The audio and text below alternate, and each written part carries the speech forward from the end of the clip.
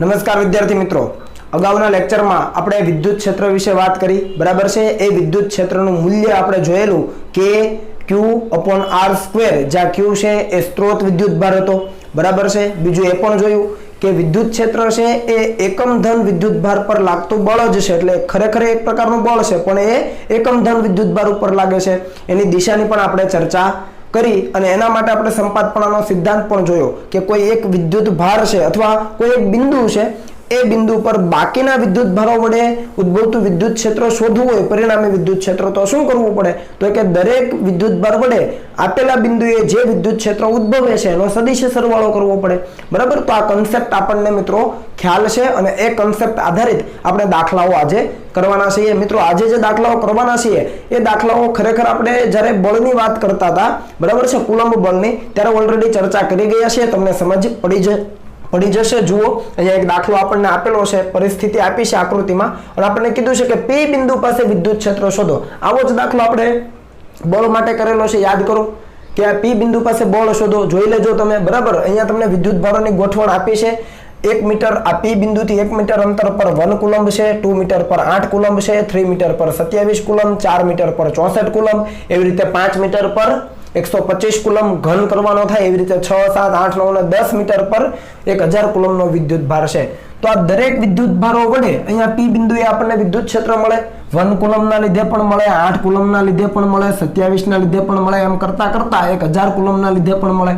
તો આ બધા જ વિદ્યુત ક્ષેત્રોનું પરિણામી વિદ્યુત ક્ષેત્ર કેટલું P બિંદુ પાસે? તો કે આ દરેક વડે ઉદ્ભવતા વિદ્યુત ક્ષેત્રનો સદિશ સરવાળો, એટલે કે સંપાતપણાનો સિદ્ધાંત ક્લિયર થાય છે। બીજું કે જેવી રીતે આપણે બળમાં વાત કરેલી કે ભાઈ બધા જ બળો જો એક જ દિશાના હોય, એ પોઝિટિવ અથવા નેગેટિવ ડિરેક્શન એટલે એક જ દિશા થઈ, બરાબર છે। તો આપણે માત્ર મૂલ્યનો સરવાળો કરતા હતા મિત્રો પરિણામી બળ માટે, અને જો બળો જુદી જુદી દિશામાં ફંટાયેલા હોય તો એના ઘટકો પાડીને પછી સરવાળો કરતા હતા, સદિશ સરવાળો। અહીંયા વિદ્યુત ક્ષેત્ર માટે પણ એવું જ કરીશું। જો બધા જ વિદ્યુત ભારોના વિદ્યુત ક્ષેત્રો, આ બધા વિદ્યુત ભારોનું વિદ્યુત ક્ષેત્ર P બિંદુ પાસે જોઈશું, જો એક જ દિશાના હોય તો માત્ર મૂલ્યનો સરવાળો કરીશું, એક જ દિશાના એટલે કે તો પોઝિટિવ ડિરેક્શનમાં અથવા નેગેટિવ ડિરેક્શનમાં તો માત્ર મૂલ્યનો સરવાળો, બરાબર। અને જો જુદી જુદી દિશામાં વહેંચાયેલા હશે તો આપણે એના ઘટકો પાડીને x અને y દિશાના જે ઘટકો છે એનો પછી સદિશ સરવાળો લઈશું। તો જોઈએ 1 by 1। તો અહીંયા આપણે P બિંદુ પાસે કીધું છે મિત્રો, P બિંદુ પાસે 1 કુલંબના લીધે ક્યાં વિદ્યુત ક્ષેત્ર મળે? મૂલ્ય તો આપણને મળી જાય, દિશા જુઓ તો દિશા આ બાજુ મળે, ડાબી બાજુ, કેમ કે અહીંયા એકમ ધન વિદ્યુતભાર મૂકવાનો વાત કરી છે, જ્યાં વિદ્યુત ક્ષેત્ર શોધવું છે ત્યાં એકમ ધન વિદ્યુતભાર મૂકવાનો। તો આ પણ ધન, આ પણ ધન, તો ધન ધન અપાકર્ષણ, તો P બિંદુ પાસે ડાબી બાજુ બળ લાગે। 8 કુલંબ પોઝિટિવ, અહીંયા પણ પોઝિટિવ, તો ફરીથી ડાબી બાજુ, તો 8 કુલંબના લીધે પણ ક્યાં વિદ્યુત ક્ષેત્ર ઉદ્ભવે? તો કે ડાબી તરફની દિશામાં। એવી રીતે 27ના લીધે પણ ડાબી તરફ, 64ના લીધે પણ ડાબી તરફ। ટૂંકમાં દરેક વિદ્યુત ભાર વડે P બિંદુ પાસે જે વિદ્યુત ક્ષેત્રની દિશા છે એ ક્યાં છે? ડાબી તરફ છે। હવે માત્ર શું શોધવું પડે આપણે? તો કે હવે એના મૂલ્ય જ શોધવાના, કેમ કે બધા જ વિદ્યુત ક્ષેત્રો એક જ દિશાના હશે ને એક જ દિશાના છે તો માત્ર ને માત્ર મૂલ્યનો સરવાળો થાય ભાઈ પરિણામી માટે। તો જોઈ લઈએ આપણે કે આ જે P બિંદુ પાસે પરિણામી વિદ્યુત ક્ષેત્ર છે ને જો આપણે EP કહીએ તો કોના કારણે? તો કે પહેલાના કારણે કેટલું? તો કે પહેલાના કારણે Q એટલે સ્ત્રોત વિદ્યુત ભાર, આના કારણે P બિંદુએ મળે તો KQ, Q એટલે 1, હું ડાયરેક્ટ લખું છું KQ/R², બંને વચ્ચેનો અંતર એટલે કે 1 નો વર્ગ, પ્લસ KQ એટલે 8 હવે, બરાબર છે, સ્ત્રોત વિદ્યુત ભાર। હવે બંને વચ્ચેનું અંતર કેટલું? P થી 8 કુલંબનું, તો કે 2 મીટર, તો કે 2 નો વર્ગ KQ/R² મુજબ, પ્લસ ત્રીજું જુઓ તો કે KQ એટલે 27, બરાબર, છેદમાં બંને વચ્ચેનું અંતર કેટલું? 3 મીટર થાય, બરાબર છે। આવી રીતે તમે ચાલતા જાઓ તો શું થશે? તો અંતિમ થશે કે 1000 KQ અને છેદમાં R², તો કે 10 મીટર છે, તો 10 નો વર્ગ। આ વસ્તુ ઓલરેડી આપણે બળમાં કરી ગયા છે, યાદ કરો, પણ ત્યારે P બિંદુ પાસે વિદ્યુત ભાર હતો, અહીંયા P બિંદુ પાસે જે વિદ્યુત ભાર છે એકમ ધન વિદ્યુત ભાર છે, ફરક આટલો જ છે, બરાબર। તો અહીંયાથી શું કોમન નીકળે? તો તમે કહેશો કે કોમન નીકળે, તો અહીંયા શું થાય? 1/1 પ્લસ 8/2 નો વર્ગ 4, તો 1 + 2, 8/4 એટલે 2, વત્તા 27/3 નો વર્ગ 9, તો 27/9, 9 તરી 27, આ રીતે ચાલતા જાવ તો અહીંયા શું થશે? 1000/100, તો 10 થવાનું।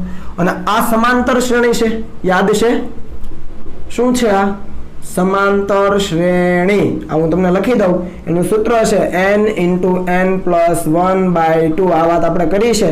n એટલે અંતિમ કયો છે આંકડો? તો કે 10, 10 પ્લસ 1 છેદમાં 2 એની કિંમત 10 થાય અંતિમ જે પદ હોય એ 10 ને 11 અને અહીંયા ભાગાકાર કરો તો આ 5 તો 11 ગુણ્યા 5 55 તો આ કાઉન્સ જે છે એનો જવાબ 55 થાય તો આપણો જવાબ થઈ જાય 55 કે એટલે 1/4 પાઈ એપ્સિલોન 0 ક્લિયર થાય છે તો આ થયું આપણું વિદ્યુત ક્ષેત્રનું મૂલ્ય P બિંદુ પાસે બધા જ વિદ્યુત ભારોના કારણે ક્લિયર અને એની દિશા ક્યાં છે તો તમે લખી શકો કે એ ડાબી તરફ છે ચાલો કમ્પ્લીટ થાય છે ઓકે મૂલ્ય અને દિશા બંને શોધાઈ ગઈ એવો જ એક દાખલો અહીંયા જુઓ ફરીથી વિદ્યુત ભારોનું તંત્ર આપ્યું છે રકમ છે કોપી P બિંદુ પાસે પરિણામી વિદ્યુત ક્ષેત્ર શોધો જુઓ P બિંદુ પાસે પરિણામી એટલે ત્યાં એકમ ધન વિદ્યુત ભાર મૂકવાનો અને એ બિંદુ પર આના કારણે અનંત સુધી વિદ્યુત ભારો પથરાયેલા છે જુઓ અને એ દરેકના કારણે P બિંદુ પાસે વિદ્યુત ક્ષેત્રની તીવ્રતા શોધવી પડે વિદ્યુત ક્ષેત્ર શોધવું પડે અને બધાનો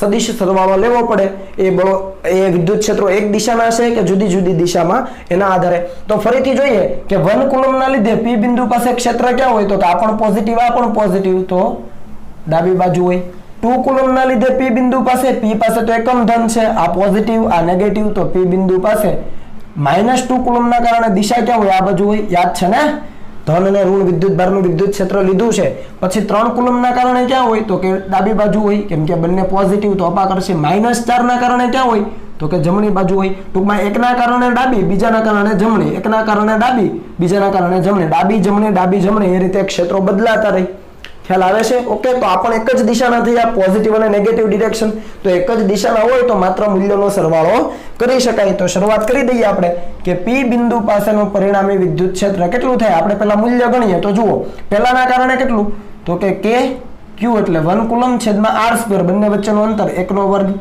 ડાબી બાજુ છે ને આપણે પોઝિટિવ કહીએ જમણી બાજુ છે ને નેગેટિવ કહીએ હું અહીંયા તમારી સમજ માટે લખી દઉં ડાબી બાજુને પોઝિટિવ કહીએ જમણી બાજુ છે ને નેગેટિવ કહીએ કેમ કે અહીંયા બે દિશા છે તો એકને પોઝિટિવ એકને નેગેટિવ લેવાય આવું બળમાં પણ કર્યું છે 2 કુલમના કારણે વિચારો તો એના માટે થશે K Q અહીંયા મૂલ્ય જ લખવાનું છે યાદ રાખજો -2 ભલે હોય પણ અહીંયા મૂલ્ય K Q upon r² બંને વચ્ચેનું અંતર કેટલું 2 મીટર તો 2/2 પણ જમણી બાજુ છે P બિંદુ પાસે ક્ષેત્રની દિશા જમણી બાજુ એ બાજુ નેગેટિવ આ એના -2 કુલમના માઈનસ નથી આ દિશાના માઈનસ છે આ -2 કુલમને તો મૂલ્ય જ લેવાનું પછી 3 કુલમના કારણે પ્લસ K 3/3² સમજાય છે પછી માઈનસ કોના કારણે દિશા જમણી બાજુ એના કારણે K 4/4 પછી પ્લસ પછી માઈનસ પછી પ્લસ પછી માઈનસ સો ઓન ચાલ્યા કરે અનંત સુધી ચાલો શું કોમન નીકળે તો તમે કહેશો K કોમન નીકળે શું બચે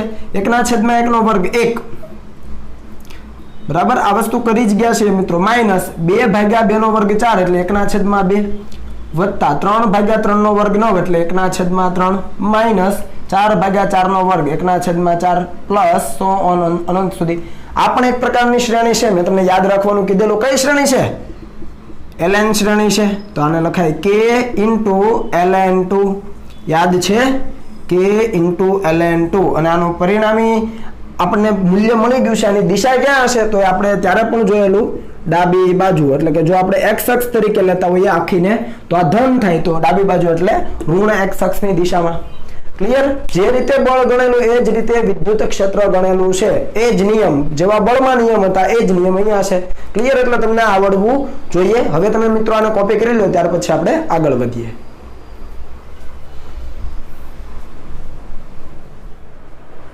ચાલો મિત્રો આગળ વધીએ આપણી પાસે ફરીથી એક પરિસ્થિતિ છે અને આપણને કીધું છે કે P પાસે વિદ્યુત ક્ષેત્ર શોધો તમે જોઈ શકો છો કે ત્રિકોણ આપ્યો છે ત્રણેય બાજુની લંબાઈ એક સમાન છે એટલે કે સમબાજુ ત્રિકોણ છે અને એના બે શિરોબિંદુ પર બે વિદ્યુત ભારો મૂક્યા છે -Q અને +Q અને એના કારણે P બિંદુ પાસે વિદ્યુત ક્ષેત્ર આપણને શોધવું છે તો P બિંદુ પાસે વિદ્યુત ક્ષેત્ર આપણે શોધવા માટે શું કરવું પડે કોના કારણે ઉદ્ભવે તો કે Q1 ના કારણે ઉદ્ભવે Q2 ના કારણે ઉદ્ભવે અને એની દિશા શોધીને આપણે સરવાળો કરી શકીએ તો જોઈ લઈએ આપણે કે Q1 ના કારણે P બિંદુ પાસે અહીંયા એકમ ધન વિદ્યુત ભાર હોય તો વિદ્યુત ક્ષેત્ર કઈ દિશામાં તો કે અહીંયા પોઝિટિવ વિદ્યુત ભાર હોય એકમ ધન આ નેગેટિવ અને આ પોઝિટિવ તો કઈ દિશામાં હોય તો કે Q1 તરફ એનો સદિશ આ તરફ હોય ધારો કે આપણે એને E1 સદિશ કહીએ બરાબર છે આપણે મૂલ્ય લખીએ માત્ર E1 તો શું થશે E1 તો થશે K Q હું માત્ર મૂલ્ય લખું છું આ -Q ને આપણે મૂલ્યમાં Q લખી શકીએ K Q upon બંને વચ્ચેનું અંતર છે a તો એનો વર્ગ કે ક્યુ અપોન એ સ્ક્વેર. એવી જ રીતે આ ક્યુ ના કારણે પી બિંદુ એ ક્યાં હોય તો કે એ દૂર તરફ હોય, કેમ કે બંને વચ્ચે અપાકર્ષણ, તો એને આપણે કહીએ E2. તો E2 કેટલું હોય વિચારો, તો એ હોય કે આનું મૂલ્ય ક્યુ અને બંને વચ્ચેનું અંતર એ સ્ક્વેર. મૂલ્ય તો આવડે જ છે બધાને, કે ક્યુ અપોન આર સ્ક્વેર મુજબ, બરાબર છે. ચાલો, તો બંને વિદ્યુત ક્ષેત્રો તમે જુઓ સમાન દિશાના કે જુદી જુદી દિશાના, તો કે જુદી જુદી દિશાના. તો જુદા જુદા વિદ્યુત ભારો છે એના કારણે વિદ્યુત ક્ષેત્રો જો અલગ અલગ દિશામાં હોય તો ઘટકો પાડીને સરવાળો કરાય. યાદ છે, આવું બળમાં પણ કર્યું હતું, બરાબર. તો અલગ અલગ દિશાના છે તો આપણે શું કરવું પડે તો કે ઘટકો પાડવા પડે. તો આપણે ઘટકો પાડીએ તો આ ઉપરનો ઘટક આનો પડે, આ કેટલો થાય તો કે આ 60 ડિગ્રી હોય. સમબાજુ ત્રિકોણ છે, ત્રણેય બાજુની લંબાઈ એક સમાન છે. એક એનો y ઘટક પડે, એક એનો x ઘટક પડે, બરાબર છે. તો ચાલો આપણે E1 માટે વાત કરીએ તો E1 નો x ઘટક શું થાય, હું સદિશ સાથે લખું છું. તો i કેરેટ અને j કેરેટ થાય, x અને y દિશામાંના એકમ સદિશો. તો આ 60 આ E1, તો x ઘટક શું થાય માઈનસ થાય, તો માઈનસ E1 cos 60. E1 નું મૂલ્ય સાથે મૂકી દઈએ તો E1 એટલે કે Q upon a સ્ક્વેર અને cos 60 કેટલા થાય યાદ કરો 1/2. તો આ 1/2 અને i કેરેટ ખ્યાલ આવે છે. આ E1 અને આ 60 તો cos એનો x ઘટક છે નેગેટિવ થાય, તો નેગેટિવ i કેરેટમાં જાય ઋણ x અક્ષની દિશામાં. KQ upon a square E1 cos 60, cos 60 એટલે 1/2. એનો y ઘટક જુઓ પ્લસ છે ઉપર છે, તો E1 sin 60, તો E1 એટલે KQ upon a square sin 60 કેટલા, તો તમે કહેશો √3/2 ઇન્ટુ જે કેરેટ ધન y અક્ષની દિશામાં છે. એવી જ રીતે E2 માટે વાત કરો. ચાલો, બીજા વિદ્યુત ભારના કારણે વિદ્યુત ક્ષેત્ર તો x અક્ષની દિશામાં જ છે, એનું મૂલ્ય થાય KQ upon a સ્ક્વેર અને એકમ સદિશ થાય i કેરેટ, બરાબર. પોઝિટિવ જ છે અને y અક્ષની દિશામાં કંઈ નથી, તો 0 જે કેરેટ. તો આ બંનેનું પરિણામી કેટલું થાય, આ બંનેનું પરિણામી ગણો. ચાલો, તો પરિણામી આપણે લખી શકીએ P બિંદુ પાસે પરિણામી વિદ્યુત ક્ષેત્ર દિશા સાથે, તો i કેરેટનો સરવાળો વત્તા જે કેરેટનો સરવાળો. તો i કેરેટ જુઓ KQ upon a સ્ક્વેર તો છે જ, KQ upon a square common નીકળે બંનેમાં. અહીંયા હાફ છે પણ માઇનસ, અને અહીંયા કંઈ ના હોય તો 1, તો 1 માઇનસ હાફ એટલે હાફ જ વધવાનું. i કેરેટ આવડે છે ને, ઓકે. આ બંનેનો સરવાળો કરો, અહીંયા તો 0, તો આ જ બચ્યું, તો અહીંયા લખી શકાય KQ upon a square into √3/2 જે કેરેટ. ચાલો, દિશા મળી ગઈ P બિંદુ પાસેની i અને j કેરેટના સ્વરૂપમાં. આનું મૂલ્ય તમને શોધવાનું કે મિત્રો, P બિંદુ પાસેનું જે પરિણામી વિદ્યુત ક્ષેત્ર છે એનું મૂલ્ય એટલે કે EP સદિશ મોડ અથવા ખાલી EP મૂલ્યમાં આવું લખાય. તો આ ઘટકો જે છે ઘટકોના વર્ગોના સરવાળાનું વર્ગમૂળ, એનો મતલબ કે વર્ગમૂળમાં આ x ઘટક ગણીએ તો આપણે એવું કહી શકીએ કે EP નો x ઘટક એનો સ્ક્વેર, P બિંદુ પાસે જે મળે છે એનો x ઘટકનો સ્ક્વેર વત્તા P બિંદુ પાસે જે મળે છે ક્ષેત્ર એના y ઘટકનો સ્ક્વેર. અહીંયા તો બધા પોઝિટિવ છે, કદાચ નેગેટિવ હોય તો નેગેટિવ સાથે લેવાનો એ ઘટક, બરાબર. અને આનો વર્ગ કરો વત્તા આનો વર્ગ કરો તો તમને જવાબ મળી જશે KQ upon a સ્ક્વેર, બરાબર. એ તો કોમન નીકળીને વર્ગમૂળ જશે. અહીંયા 1/4 વર્ગમૂળમાં અને અહીંયા 3/4 વર્ગમૂળમાં એવું થશે 1/4 વત્તા 3/4 સ્ક્વેર કરશો એટલે તો 4/4, 1/4 વત્તા 3/4, 4/4 1 નું વર્ગમૂળ 1. તો આ તમારું મૂલ્ય થઈ ગયું, ખ્યાલ આવે છે. તો આ થઈ દિશા સાથે અને આ થયું એનું મૂલ્ય. આવડી જશે, ઓકે. ટ્રાય કરજો, તમને આવડે જશે. ફરીથી એવો જ દાખલો કોપી કરો. અહીંયા રકમને P બિંદુ પાસે પરિણામી વિદ્યુત ક્ષેત્ર શોધો. તમે જોઈ શકો ચોરસ આપેલો છે, દરેક બાજુની લંબાઈ a છે. ચોરસના 3 શિરોબિંદુ પર વિદ્યુત ભારો Q મૂક્યા છે અને આપણને કીધું છે P બિંદુ પાસે પરિણામી વિદ્યુત ક્ષેત્ર શોધો. ફરીથી 3 ના કારણે P બિંદુ પાસે વિદ્યુત ક્ષેત્ર શોધી શકાય. Q1 ના કારણે જોઈએ તો Q1 ના કારણે P બિંદુ પાસે કેટલું હોય, તો સૌથી પહેલા તો બંનેને જોડતી રેખા લઈ લો, બરાબર છે. આ પણ પોઝિટિવ, અહીંયા તો પોઝિટિવ જ હોય P બિંદુ પાસે, તો દૂરની દિશામાં મળે. ધારી લો કે આપણે એને કહીએ E1 સદિશ. શું કહીએ? E1 સદિશ. પણ મૂલ્ય લખીએ તો શું થાય, તો કે K આ વિદ્યુત ભાર Q જેના કારણે ઉદ્ભવે છે એ છેદમાં બંને વચ્ચેનું અંતર આ પણ એ તો આખું અંતર કેટલું હોય √2a, પાયથાગોરસ પ્રમેય.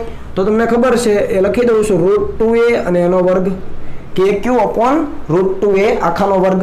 ચાલો, ક્લિયર છે. આ એક દિશા મળી ગઈ. Q2 ના કારણે વિચારો, આ બંને વચ્ચે મતલબ આના કારણે અહીંયા P બિંદુ પાસે ક્યાં મળે, તો કે નીચે તરફ મળે. ભાઈ થોડું વ્યવસ્થિત બનાવો.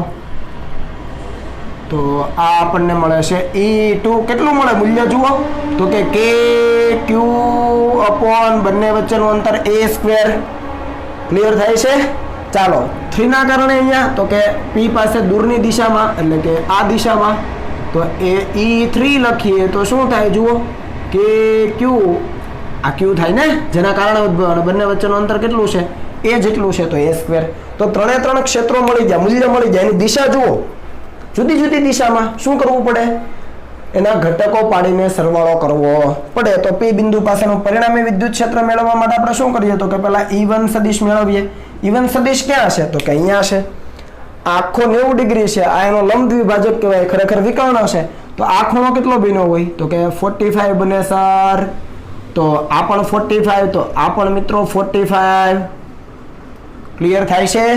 બરાબર. તમે ઉપર પણ લઈ શકો નીચે પણ લઈ શકો, જવાબમાં કોઈ ફરક પડવાનો નથી. ચાલો તો આનો તમે આ E1 છે આ 45 તો નીચે કયો થાય cos 55. E1 cos 55 અને પેલી બાજુ કયો થાય E1 sin 65. તો પેલા x ઘટક લખીએ પણ એ પોઝિટિવ છે તો આપણે લખી શકીએ કે q અપોન આને લખાય 2a². આ √2 નો સ્ક્વેર એટલે 2 * a² લખાય ને, ખ્યાલ આવ્યો? √2 નો સ્ક્વેર 2 અને a નો સ્ક્વેર a². તો kq અપોન 2a² પણ આપણે x ઘટક એ પોઝિટિવ ડિરેક્શનમાં છે અને એ થશે E1 આ cos થાય આ sin થાય તો sin 45 એટલે કે 1/√2 * i². સમજ આવે છે? પહેલા મેં x ઘટક લખ્યો, y ઘટક લખો નીચે તરફ છે માઈનસ આ x ઘટક નીચે y ઘટક માઈનસ kq અપોન 2a². ફરીથી આ sin હતો આ cos ઘટક છે આ 45 તો આ cos ઘટક તો cos 45 1/√2 j². ખ્યાલ આવ્યો કે ન આવ્યો? બરાબર. ચાલો E2 માટે વિચારો શું આવશે? E2 અહીંયા છે નીચે તરફ ઋણ y તો માઈનસ kq અપોન a² જે કે i² ની જરૂર નથી એ 0 છે. અને E3 સદિશ શું આવશે? E3 જુઓ x અક્ષની દિશામાં છે kq અપોન a² x અક્ષની દિશામાં i². એના માટે y ઘટક લખવાની જરૂર નથી, લખો તો પણ ચાલે 0 j² અને ન લખો તો પણ ચાલે. તો આ ત્રણે ત્રણ આપણને મળી ગયા. આ ત્રણેયનું આપણે જો P બિંદુ પાસે પરિણામી જોઈતું હોય તો શું કરવું પડે તો કે P બિંદુ પાસે પરિણામી વિદ્યુત ક્ષેત્ર = સદિશ E1 પ્લસ સદિશ E2 પ્લસ સદિશ E3. ત્રણે ત્રણ વિદ્યુત ભારોના કારણે જે પણ વિદ્યુત ક્ષેત્રો મળે છે એનો સદિશ સરવાળો. હવે i ને i² માં ઉમેરો અને જેને j² માં ઉમેરો એટલે તમને દિશા સાથેનો વિદ્યુત ક્ષેત્ર મળી જાય. અને જો મૂલ્ય જોઈતું હોય તો ઘટકોના વર્ગોના સરવાળાનું વર્ગમૂળ આવડશે. ઓકે. તો બાકીનો પાઠ છે એ હું તમારા ઉપર છોડું છું. થઈ જશે? બરાબર. ન થાય તો મને પૂછી લેજો. ક્લિયર? આ ત્રણેયના મૂલ્યો અહીંયા જવાબ મૂકી દો, i ને i² માં એડ કરો અને જેને j² માં એડ કરો, પછી આ દિશા સાથે મેળવો અને મૂલ્ય માટે ઘટકોના વર્ગોના સરવાળાનું વર્ગમૂળ. બરાબર છે? આ રીતે કરશો એટલે તમને મૂલ્ય પણ મળી જશે. ચાલો તો આને મિત્રો તમે કોપી કરી લ્યો અને ત્યાર પછી આપણે આગળ વધીએ.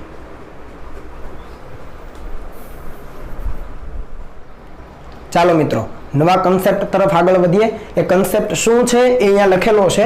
આપણને ખ્યાલ છે કે જો નિયમિત બહુકોણના બધા જ શિરોબિંદુ પર એક સમાન વિદ્યુતભાર મૂકવામાં આવે અને બહુકોણના કેન્દ્ર પર પરિણામી બળ શોધવામાં આવે. યાદ કરો આપણે બળ શોધેલું તો એ બળ કેવું મળતું હતું? શૂન્ય મળતું હતું. અને જો મિત્રો પરિણામી બળ શૂન્ય મળતું હોય તો બળ ભાગ્યા એકમ ધન વિદ્યુતભાર વિદ્યુત ક્ષેત્ર કેવું મળશે?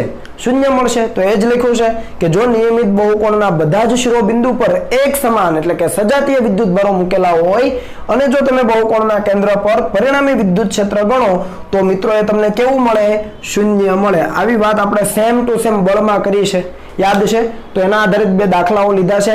આ સિવાય તમે પંચકોણ પણ લઈ શકો, નિયમિત પંચકોણ, નિયમિત ષટકોણ, આ દરેક વસ્તુઓ તમે લઈ શકો. અહીંયા આપણે બે દાખલાઓ લીધા છે. સમજ માટે જુઓ કે P પાસે પરિણામી વિદ્યુત ક્ષેત્ર શોધો. તમે જોઈ શકો છો એક ચોરસ લીધેલો છે, દરેક બાજુની લંબાઈ છે સ્મોલ a અને ચારે ચાર શિરોબિંદુ પર q q q q એક સમાન વિદ્યુતભાર મૂકેલો છે અને આ ચારેય વિદ્યુતભારો છે P બિંદુ પાસે વિદ્યુત ક્ષેત્રનું નિર્માણ કરે. કઈ કઈ દિશામાં? તો કે જુદી જુદી દિશામાં. તો જોઈ લઈએ આપણે.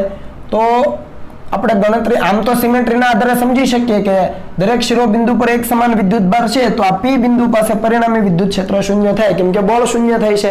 આ કન્સેપ્ટ આપણે બળના કિસ્સામાં ભણેલા છે. છતાં પણ અહીંયા જોઈ લઈએ Q1 ના કારણે P બિંદુ પાસે ક્યાં મળે? તો કે દૂરની દિશામાં, આ દિશામાં. યાદ આવે છે?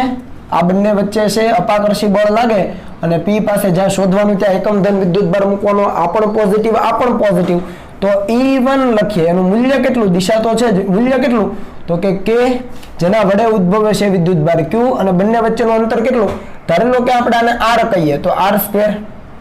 P બિંદુથી Q1 સુધીનું અંતર આપણે R કહીએ, R શોધી શકાય, ખ્યાલ છે ને? આ પણ એ તો આખો વિકર્ણ કેટલો થાય? √2a થાય, અને √2a/2 કેમ કે અડધું જ છે, √2a/2, તો a/√2. અહીંયા R કેટલો થવાનો ભાઈ? અહીંયા લખી દઈએ, આકૃતિની ભૂમિતિ પરથી તમે શોધી લેજો. R થવાનો a/√2, કેમ કે આખું √2a તો એનું અડધું એટલે √2a/2, તો a/√2, તો R ની કિંમત મૂકી શકાય.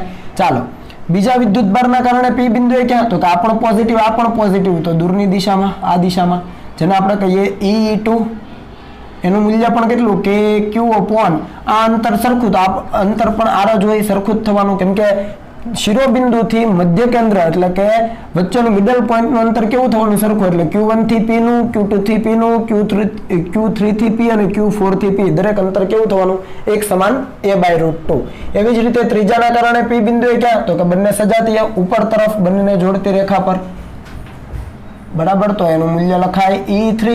ફરીથી કે Q/ બંને વચ્ચેનું અંતર R જ હોય, તો R², બરાબર. અને 4 ના કારણે ક્યાં? તો કે આ દિશામાં, એને લખીએ આપણે મિત્રો E4, એને લખાય કે Q/R². તમે જોઈ શકો કે E1 અને E3 સમાન મૂલ્યના પરસ્પર વિરુદ્ધ દિશામાં એકબીજાને નાબૂદ કરે, એ બંનેના કારણે P બિંદુ પાસે પરિણામી વિદ્યુત ક્ષેત્ર કેવું? શૂન્ય.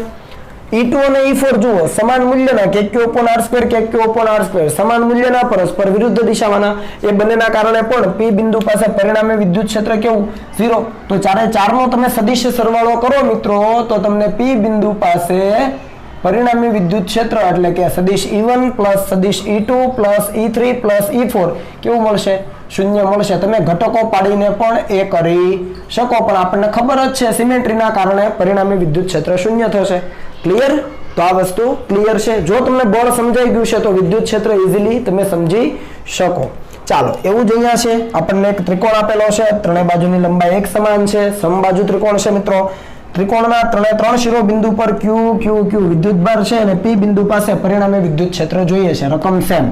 તો P બિંદુ પાસે પરિણામી વિદ્યુત ક્ષેત્ર જોવા જઈએ તો આ એક સમમિતિ છે, બરાબર છે, નિયમિત બહુકોણ છે, સમાન વિદ્યુતભાર છે. P બિંદુ પાસે પરિણામી ક્ષેત્ર કેવું મળે? શૂન્ય મળે. પણ આપણે જોવું છે, તો ચાલો જોઈ લઈએ. Q1 ના કારણે વિદ્યુત ક્ષેત્ર ક્યાં હોય? તો તમે કહેશો નીચે તરફ હોય ભાઈ.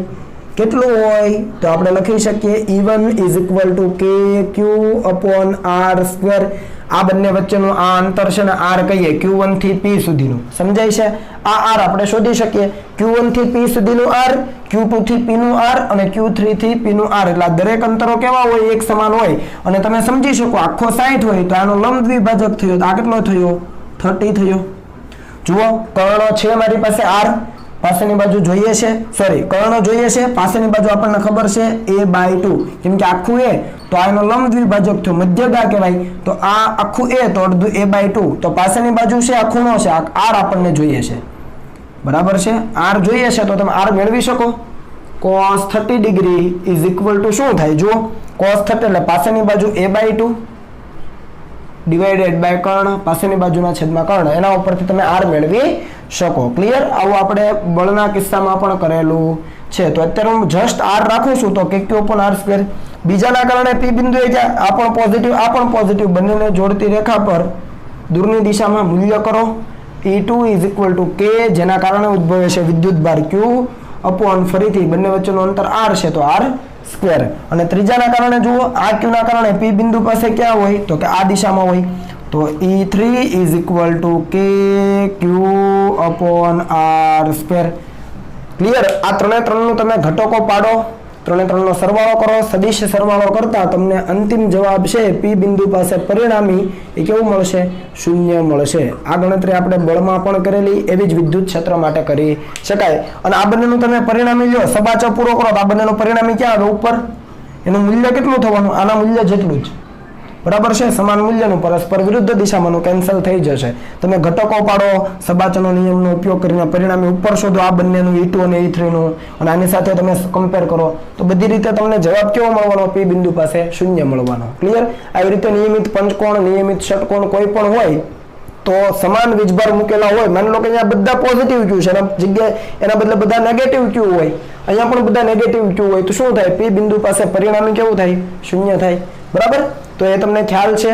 એવો જ એક દાખલો જેવો આપણે બળમાં જોયેલો, સેમ ટુ સેમ અહીંયા જોઈએ કે અહીંયા ફરીથી એક સમબાજુ ત્રિકોણ છે, બે વિદ્યુતભારો આપેલા છે Q1 Q2, મૂલ્ય સમાન છે, બંને પોઝિટિવ ક્યુ છે, અને P બિંદુ પાસે પરિણામી વિદ્યુત ક્ષેત્ર જોઈએ, રકમ કોપી. બરાબર?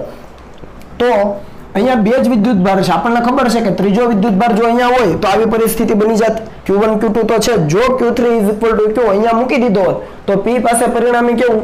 0. બરાબર? તો એ જ વસ્તુ છે કે જો આપેલ નિયમિત બહુકોણ એટલે કે અહીંયા ત્રિકોણ છે, એના દરેક શિરોબિંદુ પર Q જેટલો, અહીંયા Q છે, અહીંયા Q, તો અહીંયા પણ Q મૂકવો પડે. Q જેટલો સમાન વીજભાર ગોઠવેલો હોત તો બહુકોણના કેન્દ્ર પર એટલે કે P બિંદુ પાસે પરિણામી ક્ષેત્ર કેવું થાત? 0 થાત. એનો મતલબ કે Q1 Q2 અને અહીંયા જો Q3 હોત તો એના કારણે ઉદ્ભવતા જે વિદ્યુત ક્ષેત્રો છે E1 E2 અને E3 એનો સદિશ્ય સરવાળો કેવો થાય? 0 થાય. બરાબર? તો અહીંયાથી E1 plus E2 શું લખી શકાય? તો ઇઝ ઇક્વલ ટુ આ પ્લસ અને પહેલી તરફ જવા દો તો -E3 સદિશ લખાય. આનો મતલબ શું? આવું આપણે બળમાં પણ સમજાતા, F1 plus F2 is equal to -F3. યાદ કરો, આપણે એવું કીધેલું કે ભાઈ અહીંયા જોવા જઈએ તો આપણે એવું કહી શકીએ કે ભાઈ Q1 અને Q2 ના કારણે જે પણ વિદ્યુત ક્ષેત્રો ઉદ્ભવે છે એનો સરવાળો એટલે કે Q1 અને Q2 વડે ઉદ્ભવતું કુલ વિદ્યુત ક્ષેત્ર કોના જેટલું હોય? તો કે Q3 જો અહીંયા મૂક્યો હોત વિદ્યુતભાર તો એના વડે P બિંદુ પાસે ઉદ્ભવતા વિદ્યુત ક્ષેત્ર જેટલું, પરંતુ વિરુદ્ધ દિશામાં. ફરીથી રિપીટ કરીએ, આ ઇક્વેશનનો મતલબ શું? તો કે Q1 અને Q2 વડે ઉદ્ભવતું આ કુલ વિદ્યુત ક્ષેત્ર જે સરવાળાના કારણે કુલ વિદ્યુત ક્ષેત્ર P બિંદુ પાસે મળે છે કેટલું હોય? તો કે એ જો અહીંયા Q3 વિદ્યુતભાર મૂક્યો હોત તો એના કારણે P બિંદુ પાસે મળતા વિદ્યુત ક્ષેત્રના મૂલ્ય જેટલું પણ વિરુદ્ધ દિશામાં. સમજી લો કે અહીંયા ખાલી Q3 મૂક્યો છે, જસ્ટ સમજ માટે હો તમારી, Q3 Q મૂક્યો છે, તો આના કારણે વિદ્યુત ક્ષેત્ર ક્યાં હોત? તો કે ઉપરની દિશામાં P બિંદુ, આ પણ પોઝિટિવ આ પણ પોઝિટિવ, તો દૂર તરફ. પણ આ નથી હોત તો આમ મળે. તો Q1 અને Q2 ના કારણે પરિણામી ક્યાં મળે? તો કે Q3 ના કારણે જેટલું મળે છે એટલા જ મૂલ્યનું પણ વિરુદ્ધ દિશામાં. Q3 ના કારણે ક્યાં મળે? ઉપર તરફ. પણ એ નથી તો એના કારણે નીચે તરફ મળે, આ દિશામાં પરિણામી વિદ્યુત ક્ષેત્ર. સમજાય છે? આ જે એરો કર્યો એ દિશામાં પરિણામે આપણને મળે. તો આપણે લખી શકીએ E1 plus E2 સદિશ ઇઝ ઇક્વલ ટુ, જુઓ માઇનસ શું દર્શાવે? માઇનસ એ દર્શાવે કે આ Q3 વિદ્યુતભાર હોત તો એના કારણે જે ક્ષેત્ર હતું જે દિશામાં એનાથી વિરુદ્ધ દિશામાં. ક્લિયર? અને KQ/R² એ તો Q3 ના કારણે મૂલ્ય મળત, કેમ કે K આના કારણે ઉદ્ભવે તો Q અને બંને વચ્ચેનું અંતર ધારી લો કે આપણે આ R કહીએ તો આ પણ R હોય આ પણ R હોય, તો બંને વચ્ચેનું અંતર કેટલું થાય Q3 થી P નું? તો કે R થાય. તો KQ/R² મૂલ્ય છે ને આ દિશા માટેનો માઇનસ. સમજ આવે છે? બરાબર? આ E3 ના કારણે જે પણ ક્ષેત્ર ઉદ્ભવે છે લખી દીધું છે. તો ખરેખર આ Q1 અને Q2 વિદ્યુતભારના કારણે ઉદ્ભવતું વિદ્યુત ક્ષેત્ર જ છે. કન્સેપ્ટ વાઇઝ જઈએ, અથવા તમે એવું પણ કરી શકો કે Q1 ના કારણે ઉદ્ભવતું વિદ્યુત ક્ષેત્ર ક્યાં હોય? નીચે તરફ હોય. જુઓ બંને પોઝિટિવ નીચે. Q2 ના કારણે ઉદ્ભવતું વિદ્યુત ક્ષેત્ર ક્યાં હોય? પહેલી તરફ હોય. તો એક સદિશ છે નીચે છે, બીજો સદિશ આમ છે, તો સબાચો પૂરો કરો, પરિણામે આ જ દિશામાં મળવાનો. ખ્યાલ આવે છે? ઘટકો પાડીને તમે એ વસ્તુ કરી શકો. તમારો જવાબ આ જ પ્રમાણેનો આવી જશે. ક્લિયર થાય છે? અહીંયા Q નું મૂલ્ય આપણને ખબર જ હશે. R શોધવાનો થાય તો એ વસ્તુ મેં તમને અહીંયા સમજાવી. સેમ ટુ સેમ જે ત્યાં આકૃતિ છે એ જ અહીંયા છે. cos 30 તમે લગાડો a/2/R. આ a/2 છે ડિવાઇડેડ બાય કર્ણ કરો તો એ વસ્તુ અહીંયા આપી છે. cos 30 is equal to a/2 કર્ણ. એના ઉપરથી cos 30 ની કિંમત છે √3/2 અને જમણી બાજુ એઝ ઇટ ઇઝ તો 2 કેન્સલ કરી દો તો r ને બનાવો કરતા a/√3 એ તમે અહીંયા મૂકી શકો. ક્લિયર? આવો દાખલો બળમાં પણ આપણે કરેલો છે અને એવો જ સેમ ટુ સેમ વિદ્યુત ક્ષેત્ર માટે પણ આપણે કર્યો. આ પ્રમાણેના તમને ચોરસ પણ આપી શકે, તમને ષટકોણ પણ આપી શકે, તમને પંચકોણ પણ આપી શકે, પણ બધામાં કન્સેપ્ટ આ કે જે વિદ્યુતભાર ગેરહાજર છે, ટૂંકમાં જ્યાં મૂકેલો નથી, એ વિદ્યુતભારના કારણે જે ક્ષેત્ર ઉદ્ભવે એટલા જ મૂલ્યનું પણ વિરુદ્ધ દિશામાંનું વિદ્યુત ક્ષેત્ર છે એ આપેલા વિદ્યુતભારો વડે ઉદ્ભવે. ખ્યાલ આવે છે? ઓકે, તો આને ખૂબ સારી રીતે મિત્રો તૈયાર કરજો. આ કન્સેપ્ટ આધારિત ઘણા બધા દાખલાઓ છે એ પરીક્ષાની અંદર ભૂતકાળમાં પૂછાઈ ગયા છે અને પૂછાતા જ રહેશે, એટલે બી કેરફુલ અને ખૂબ કાળજીથી તૈયારી કરજો. ઓકે, તો ચાલો હવે તમે કોપી કરી લો.